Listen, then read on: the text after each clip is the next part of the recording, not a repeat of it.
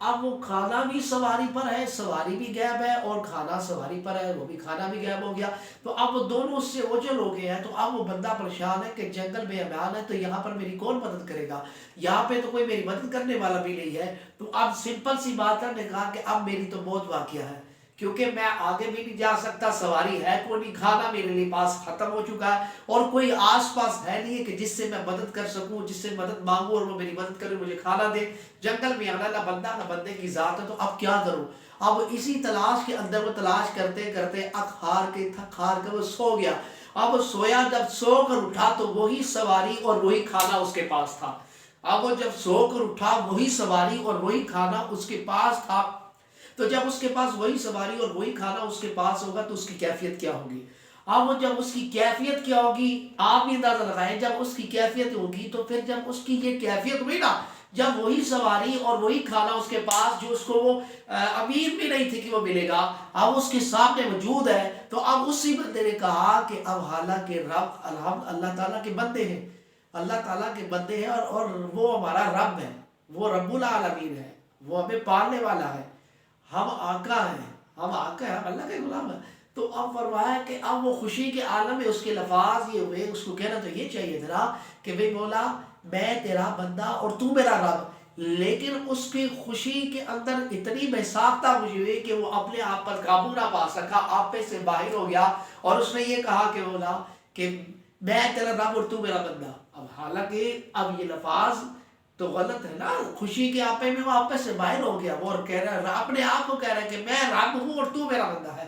اب یہ جو خوشی کے عالم میں اس آپے سے باہر ہو گیا ہے، فرمایا کہ اس طرح جس بندے کو اس گمی ہوئی سواری جب مل جائے تو وہ اس کے بعد اس کے جذبات قابو نہیں رہتے، اور جذبات قابو نہ ہونے کی وجہ سے جو لفاظ اسے کہنے بھی نہیں چاہیے وہ کہے۔ تو فرمایا اللہ تبارک و تعالیٰ کو بھی اس سے کہیں دگنا زیادہ خوشی ہوتی ہے جب بندہ اللہ کی بارگاہ میں رجوع کرتا ہے، اللہ تبارک و تعالیٰ کی بارگاہ میں توبہ کرتا ہے۔ جس طرح اس بندے کو جو گمی ہوئی سواری، وہ سواری بھی مل گئی اور دوشادان بھی مل گیا، کھانا بھی مل گیا، اب اس کی خوشی کے عالم اس نے کہا تھا کہ میں تیرا رب تو میرا بندہ، اب یہ خوشی کے عالم میں آپے سے باہر ہو کر اس کے لفاظ بولے، حالانکہ چیز ہے یہ لفاظ جو ہیں یہ غلط ہے، لیکن آپے سے باہر ہو گئے۔ فرمایا اللہ تبارک و تعالیٰ کو بھی اس سے کہیں دگنا زیادہ خوشی ہوتی ہے کہ جو بندہ اللہ کی بارگاہ میں رجوع کرتا ہے، اللہ کی بارگاہ میں توبہ کرتا ہے۔ اور مسلم شریف کی حدیث بھی ہے، فرمایا کہ اللہ تبارک و تعالیٰ اپنا دستے قدرت پھیلا کے رکھتا ہے رات کو، اللہ تبارک و تعالیٰ اپنے دستے قدرت رات کو پھیلا کے رکھتا ہے یہاں تک کہ صبح ہو جائے، اور صبح تک اللہ تبارک و تعالیٰ اپنے دستے قدرت کو پھیلا کے رکھتا ہے یہاں تک کہ رات ہو جائے۔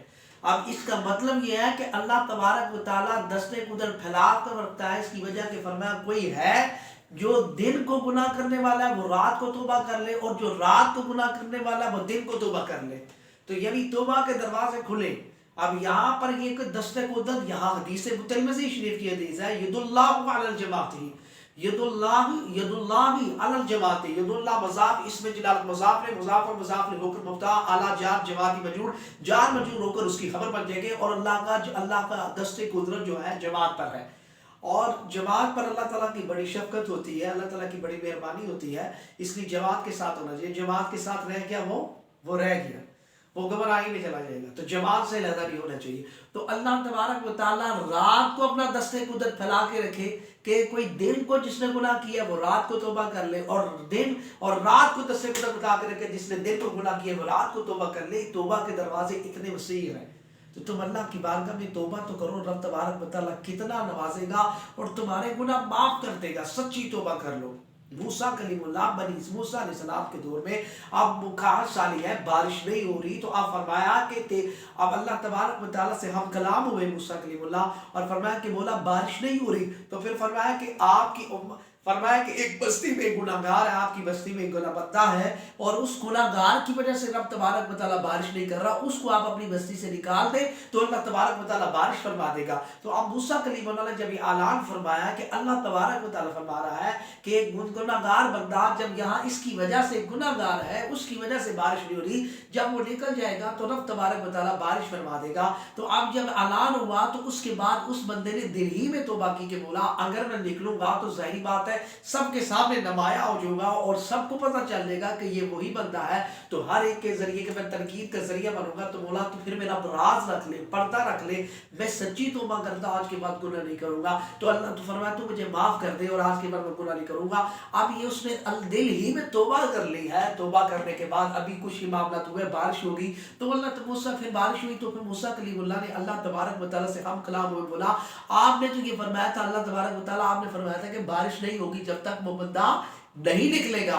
ابھی وہ بندہ نکلا نہیں، ابھی اعلان ختم ہوا اور ابھی اعلان ختم ہونے کے تھوڑی دیر بعد بارش ہو گئی ہے، وہ بندہ نکلا بھی نہیں ہے، دیکھا بھی نہیں نکلتے ہوئے، تو بارش ہو گئی۔ اس کی وجہ کیا فرمایا؟ اس نے توبہ کر لی ہے، اس نے توبہ کر لی ہے، اس نے توبہ کر لی ہے۔ اب اس کی وجہ سے اب اس نے توبہ کر لی ہے، وہ میرا ہو گیا ہے۔ تو جو توبہ کر لے رب تبارک و تعالیٰ معاف فرما دیتے ہیں، رب تبارک و تعالیٰ معاف فرما، اس کی رحمت بہت وسیع ہے۔ سچی توبہ کرو، اللہ تبارک و تمہارے گناہ سمندر کی گھاس جاگ سے بھی زیادہ ہو، ریت کے ذروں سے بھی زیادہ ہو، لیکن سچی اللہ تعالیٰ سے رجوع کر لو، اللہ تعالیٰ معاف فرما دیتا ہے۔ اور اس کے بعد بخاری شریف کی بھی حدیث ہے، اور بنی اسرائیل کا جس نے 99 قتل کیے تھے، اب وہ 99 قتل کیا ہے، 99 قتل کرنے کے بعد اس نے پوچھا کسی سے کہ بھئی میری توبہ قبول ہو سکتی؟ اس نے کہا ہاں بھی فلانی جگہ پر راہب ہے۔ اب راہب کے پاس بھیجا، اس نے کہا کہ ہاں وہ تیرا مسئلہ بتا سکتا ہے، اس سے جا کے پوچھو کہ اس کا حال کیا ہے۔ راہب نے کہا کہ بھئی تو نے 99 قتل کر دیے، ایک کم 100 قتل کر دیے، تیری بھلا کہاں توبہ قبول ہونی ہے؟ اب اس نے کہا کہ اچھا میری توبہ قبول نہیں ہونی، تیرا کوئی معاملہ نہیں، اب تیری توبہ کا دروازہ ختم ہو گیا، تو نے اتنے قتل کر دی، اتنے بندے مارے۔ انہوں نے کہا چلو توبہ تو قبول نہیں ہونی، 99 ہوئے تو 100 پورے صحیح۔ اب اس نے اس کو بھی مار دیا، اب 100 قتل پورے ہو گئے۔ اس کے بعد پھر اس کے دل میں خیال آیا کہ میں توبہ کروں۔ پھر اس کے بعد انہوں نے کسی سے پوچھا تو نے کہا کہ فلاں عالم دین ہے، عالم دین کے پاس جا کے، علماء سرکار کے وارث ہے، پیر سرکار کے وارث نہیں ہے، پیر سرکار کے وارث نہیں ہے۔ کس نے کہا ہے پیر ہم وارث ہیں؟ پیر کے وارث تو ہے ہی نہیں ہے۔ سرکار نے فرمایا علماء میرے وارث ہیں، اور جو وارث ہے وہی پیر ہے، اور جو وارث نہیں ہے وہ پیر نہیں ہے۔ جو سرکار کا وارث نہیں ہے وہ پیر نہیں ہے، اور سرکار کی وراثت یہ علم ہے، قرآن حدیث کا علم ہے، یہ دوسرا علم نہیں ہے بیالوجی فیالوجی، قرآن حدیث کا علم ہے، قرآن کی تفصیل والا، یہ اس کا علم آئے اسے۔ اس کے بعد جا کے وہ میرے وارث ہے۔ تو اب انہوں نے کہا کہ ہاں تیری توبہ ہے۔ اب اس بندے کے پاس جب گئے تو انہوں نے کہا کہ فلانی بستی کے اندر اللہ والے رہتے ہیں، وہاں پر جاؤ تو تم اپنی زندگی واحد جتنی زندگی رہ گئی وہیں پر اپنی زندگی گزار دو، تو اللہ تبارک و تعالیٰ تمہاری توبہ قبول کر لے گا۔ اب وہ وہاں پر نکلا ہے، ابھی وہ وہاں سے نکلا ہے، وہاں پر پہنچا ہے، ابھی آدھے رستے میں پہنچا، تو آدھا رستے میں پہنچا تو وہاں پر اس کی موت واقع ہوگی، مر گیا۔ تو اس کے بعد فرشتے آئے، اور فرشتے نے ایک فرشتے گناہگار والے، جنت والے بھی آئے اور دوزخ والے بھی۔ ہمیں جنت والے کہتے کہ ہم نے جنت میں لے کے جانا ہے، دوزخ والے کہہ رہے کہ ہمیں دوزخ میں لے کے جانا ہے۔ تو ان کے اندر تنازع ہو گیا، تو اللہ تبارک و تعالیٰ نے ایک فرشتے کو انسانی شکل میں بھیجا جو اس کا سالس یعنی فیصلہ کرے، اور کہا کہ تم اس طرح کرو کہ تم زمین کو ناپ لو، اگر زمین جو ہے نیکیوں والی زیادہ ہوئی تو اس کو جنت میں لے جاؤ، اور اگر گناہ والی ہوئی تو اس کو دوزخ میں لے جاؤ۔ اب یہ فیصلہ ہوا۔ اب جب یہ فیصلہ ہوا تو ادھر اللہ تبارک و تعالیٰ نے زمین کو حکم دے دیا کہ نیکیوں والی جو زمین ہے وہ پھیل جا، اور جو گناہ والی زمین ہے اس کو سکڑ جا۔ تو اب اس نیکیوں والی زمین پھیل گئی، اور اس کے بعد جو گناہ والی وہ سکڑ گئی۔ تو اب نتیجہ یہ نکلا کہ اس کا نیکیوں کا برا، نیکیوں والا جو زمین تھی وہ زیادہ بن رہی ہوگی، تو فرشتے جنت والے اس کو جنت میں لے گئے۔ تو اب یہاں پر سوال یہ ہے کہ اس نے ابھی وہ نیکی کا ارادہ کیا ہے، اس کے بعد وہ ابھی اللہ والوں کے پاس پہنچا نہیں ہے، ابھی اس بستی پر پہنچا نہیں، اس کا وصال ہو گیا ہے، تو اس کے بعد اللہ تعالیٰ نے اس کی برکت سے اس کو معاف فرما دیا ہے۔ تو سوال یہ پر ہے کہ تم اگر وہ شخص اللہ والوں کی بستی پر پہنچا نہیں ہے تو رب تعالیٰ نے اس سے محروم نہیں رکھا۔ جو اس بستی پر پہنچ جائے گا تو پھر اس کا کیا مقام ہوگا۔ اور جو داتا اجمیری رحمۃ اللہ تعالیٰ کی بستی، داتا اجمیری رحمۃ اللہ تعالیٰ کے در پر جائے، ابھی ارادہ بھی نہیں کیا، داتا کے در پر پہنچ گیا ہے، وہاں پر قرآن شریف پڑھے، یاسین پڑھے، دروشی پڑھے، تو کیا اللہ تبارک و تعالیٰ اس کو نہیں نوازے گا؟ اللہ تبارک و تعالیٰ اس سے بھی نوازے گا، اللہ تبارک و تعالیٰ اس سے بھی محروم نہیں رکھے گا۔ داتا اجمیری رحمۃ اللہ تعالیٰ، بابا فرید رحمۃ اللہ، یہ تمام اولیاء کرام ہیں، وہ کہتے ہیں مشرک ہیں، اگر ہم مشرک ہیں تو چلو ہمیں مشرک ہی رہنے دو، ہم اگر مشرک ہیں تو ہمیں مشرک ہی رہنے دو۔ یہ ایک بات ہے، ورنہ اس کے پر بے شمار دلائل ہیں۔ ہمارا کوئی عقیدہ ایسا نہیں ہے کہ من گھڑت عقیدہ اور من گھڑت باتیں، نہیں، مسلم باتیں ہم ثابت کرنے کے دوبارہ، ہم مشرک نہیں ہیں۔ اب مشرک نہیں، اولیاء کرام سے ہم صرف اس لیے اولیاء کرام کے دربار پر جاتے ہیں، اولیاء کرام کے وسیلے سے مانگتے ہیں. ہمارا کب عقیدہ ہے کہ داتا صاحب رحمۃ اللہ تعالیٰ ہی دیتے ہیں، داتا صاحب ہی دینے تھے. داتا صاحب اللہ تبارک و تعالیٰ سے سفارش کرواتے ہیں، اور سفارش کر کے ان کے ذریعے ہمارا کام ہو جاتا ہے. دیتا اللہ کی ذات ہی ہے، لیکن وہ وسیلہ بنتا ہے، وہ وسیلہ بنتا ہے، اور وسیلہ جائز. اور قرآن نے فرمایا کہ وسیلہ تلاش کرو، وقت بولے وسیلہ تلاش کرو. وسیلے کی تو قرآن کے کتی سے یہ ثابت ہے کہ وسیلہ تلاش کرو. وسیلہ ہے ورنہ دینے والی ذات حقیقی اللہ ہی ہے. تو اب سوال یہ ہے کہ اس بندے کی بھی تو توبہ قبول ہو سکتی تھی، لیکن اب وہاں پر اللہ والوں کی مسجد پر پہنچا تو وہ اس کا وسیلہ بنا. رب نے یہ اس کی توبہ قبول بھی کر لی اور اس کو جنت میں داخل بھی کر دیا. تو رب تبارک و تعالیٰ کی رحمت بہت وسیع ہے. سچے دل سے توبہ کرو، سچے دل سے توبہ کرو. رابعہ بصری رحمۃ اللہ تعالیٰ سے کس نے پوچھا تھا کہ ہمیں کیسے پتا چلے گا کہ اللہ تبارک و تعالیٰ نے ہماری توبہ کو قبول کر لیا ہے؟ تو رابعہ بصری رحمۃ اللہ تعالیٰ نے فرمایا کہ یہ بتاؤ تمہارے دل کے اندر یہ بات کس نے ڈالی کہ تم توبہ کرو؟ ورنہ آج کے دور میں تو یہ معاملہ یہ ہے کہ لوگ گناہ کر کے گناہ پر ڈٹ جاتے ہیں. میں نے یہ اتنا سا چھوٹا گناہ، ورنہ لوگ تو اتنے بڑے بڑے گناہ کرتے ہیں. میں نے چوری کی ہے، وہ ڈاکو ہے. یعنی کہ گناہ کو چھوٹا سمجھنا بھی یہ بہت بڑا گناہ ہے. گناہ کو چھوٹا سمجھنا یہ بہت بڑا گناہ ہے.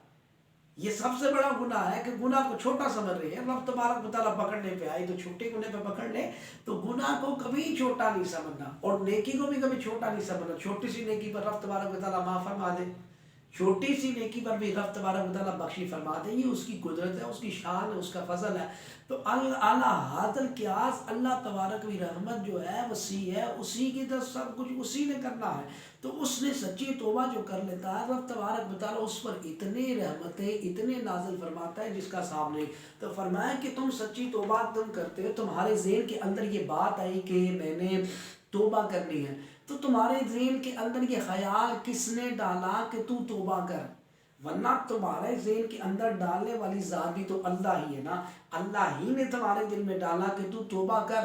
تو اب جب اللہ تبارک و تعالیٰ وہ کریم ذات نے تمہارے دل کے اندر ڈالا کہ توبہ کر، تو کریم ذات تمہارے دل کے اندر خود ہی توبہ کا خیال ڈالے اور خود ہی توبہ کا قبول نہ کرے، یہ کیسے ہو سکتا ہے؟ فرمایا وہ شان کریم کی یہ شان نہیں ہے کہ وہ خود ہی تمہیں توبہ کی توفیق دے اور خود ہی پھر توبہ تمہاری توبہ قبول نہ کرے. یہ کیسے ہو سکتا ہے؟ یہ اس کی شان کریم نہیں ہے کہ وہ تمہیں توبہ کی توفیق بھی دے اور پھر اس کے بعد خود ہی توبہ قبول نہ کرے. ایسا نہیں. فرمایا جب اس نے توفیق دے دی تو قبول فرما لی اللہ تعالیٰ نے. تم سچے دل سے اس کی بارگاہ میں رجوع تو کرو، تم سچے دل سے رجوع کرو، رب تبارک و تعالیٰ معاف فرما دے گا. وہ ذات کریم ہے، وہ حی یا قیوم ہے، وَإِنَّ اللَّهَ عَلَىٰ كُلِّ شَيْءٍ قدیر ہے. وہ ہر شے پر قادر ہے. آپ کسی سے مدد مانگتے ہیں، وہ کہتا ہے کہ یار آپ کی میں نے ساری کہانی سن لی ہے، لیکن بات یہ ہے کہ مجھے آپ پر ترس بھی آتا ہے، لیکن مسئلہ یہ ہے کہ میں آپ کی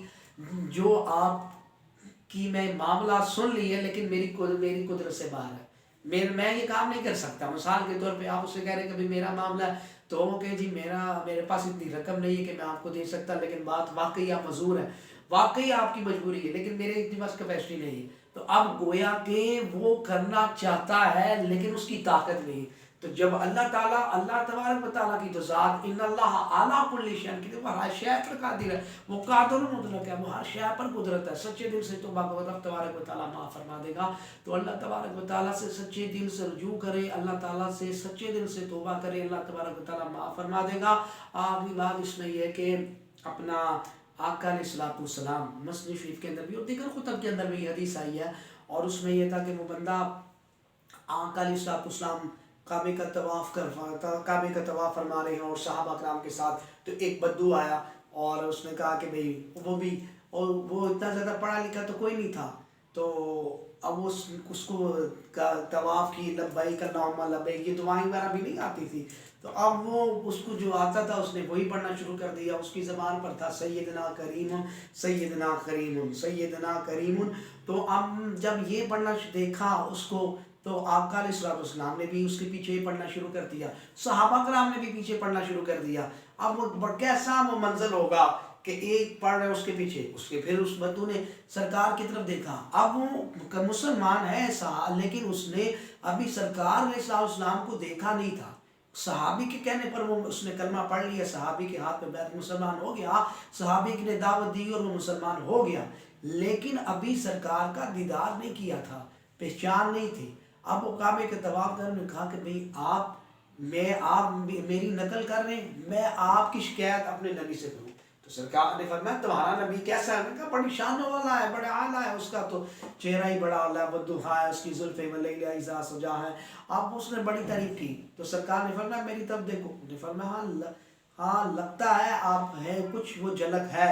پھر فرمایا کہ آپ, فرمایا ان کا تو سایہ نہیں ہے. تو آقا علیہ السلام نے فرمایا صحابہ سائڈ پہ ہو جو. تو فرمایا میری طرف دیکھو. فرمایا سایہ بھی نہیں ہے. تو فرمایا کہ اس کے بعد کہا کہ آپ کے مہر نبوت میں دیکھنا چاہوں. اب مہر نبوت کو دا. فرمایا میں تھوڑا ہاتھ لگاؤں, پھر ہاتھ لگاؤں, پھر یہاں تک اس نے بوسہ دیا, اور بوسہ دینے کے بعد اس کے بعد پھر وہ سارا مزل کسی ہوا. تو اس کے بعد فرمایا کہ ہاں اللہ تعالیٰ تو یہ وظیفہ پڑھتا رہے, اور اس کے بعد اللہ تعالیٰ سے توبہ کرتا رہے. لیکن یہ بات یاد رکھنا کہ اللہ تبارک و تعالیٰ حساب لے گا بندے سے. اللہ تبارک و تعالیٰ بندے سے حساب لے گا. اس نے کہا کہ بھی اللہ تبارک و تعالیٰ اپنے بندوں کا حساب لے گا. ہاں سرکار نے فرمایا ہاں اللہ تعالیٰ حساب لے گا. تو فرمایا کہ پھر میں بھی اللہ کا حساب لوں گا. فرمایا کہ اللہ کی یہ شان ہے تو وہ تو حساب لے گا, لیکن وہ تو رب ہے, تو کس طرح اس سے حساب لے گا؟ تو نے کہا کہ اللہ مجھ سے حساب لے گا, اللہ مجھ سے حساب لے گا, گناہ کا حساب لے گا, میں اس کی رحمت کا حساب لوں گا. وہ مجھ سے پوچھے گا تو نے اتنے گناہ کیے, تو میں کہوں گا مولا میرے گناہ زیادہ ہے یا تیری رحمت زیادہ ہے؟ میرے گناہ زیادہ ہے یا تیری رحمت زیادہ ہے؟ تو تیری رحمت زیادہ ہے. تو فرمایا یہ جب مکالمہ دیکھا تو جبرائیل علیہ السلام حاضر ہوئے. تو فرمایا اسے کہہ دو کہ نہ یہ حساب ہمارا لے, نہ ہم اس کا حساب لیں گے, نہ یہ حساب ہمارا لے, نہ ہم اس کا حساب لیتے ہیں. فرمایا اللہ تعالیٰ اس کو ایسے بخش دیتا. وہ اللہ تعالیٰ دیکھے نا, اب اس کا دیکھے معاملہ کیا ہوا. بس منانے کا طریقہ آنا چاہیے, منانے کا طریقہ آنا چاہیے, تو رب تبارک و تعالیٰ مان جاتا. اور ایک حدیث اور توبہ جو ہے سرکار کے وسیلے سے مانگے, توبہ قبول ہوگی. آدم علیہ السلام کی توبہ بھی نام محمد کے صدقے ہوئی. یہ وہ نام محمد ہے جو عرش کے پاؤں پر لکھا ہے. یہ وہ نام ہے جو جنت کے پتوں پہ لکھا ہے. یہ نام ہے جو جنت کی دیواروں پر لکھا ہے. یہ وہ نام ہے جو جنت کی کشتیوں پہ لکھا ہے. یہ اللہ نے پوری جنت کو نام محمد سے سجائے رکھا ہے. تم بھی محمد محمد کرتے رہو, اللہ تعالیٰ تمہیں پر اتنی رحمت بارش فرمائے گا, تمہیں اس چیز کا اندازہ نہیں ہے, اور تمہیں اس چیز کا اندازہ نہیں ہے.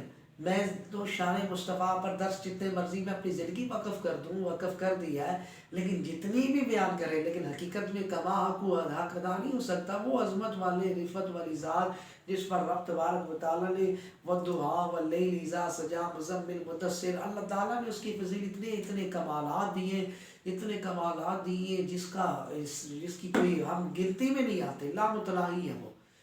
تو اعلیٰ نے بھی فرمایا تیرے تو بس اے بے تناہی سے ہے بری. تو اب بات یہ ہے کہ سرکار علیہ السلام کے وسیلے سے مانگے اور اللہ تعالیٰ معاف فرمائے گا. جب بھی توبہ کرے تو فرمایا مولا تنہائی میں جائے, تنہائی میں آپ گناہ جب ہو جائے تو یاسین شریف پڑھیں, استغفار پڑھیں, استغفار پڑھیں. اس کے بعد جا کے آپ روزانہ, یہ میرا وظیفہ ہے, آپ کو یہ میں وظیفہ دیتا ہوں جو میری ویڈیو سن رہا ہے, آپ عشاء کی نماز کے بعد, عشاء کی نماز جب مکمل ہو جائے, مکمل ہونے کے بعد آپ سلام پڑھیں, وطر پڑھنے کے بعد 2 نفل پڑھ لیں, 2 نفل پڑھنے کے بعد اس کے بعد سلام پھیر دیا, سلام پھیرنے کے بعد اس کے بعد آپ نے اللہ اکبر کہہ کے سجدے میں جانا ہے. سجدے کے اندر کم سے کم آپ 100 مرتبہ استغفر اللہ پڑھیں, اور 100 دفعہ نہیں تو کم سے کم 30 دفعہ نہیں تو 50 دفعہ, کم سے کم 30 دفعہ پڑھیں, اور اس کا معمول بنا لیں روزانہ عشاء کی نماز کے بعد. دیکھنا اللہ تبارک و تعالیٰ پر کتنی رحمتیں نازل فرمائے گا, اللہ تعالیٰ آپ کو کتنی رحمتیں نازل فرمائے گا. اور سرکار نے اسلام نے فرمایا میں روزانہ دن کے اندر 70 بار استغفار فرماتا ہوں.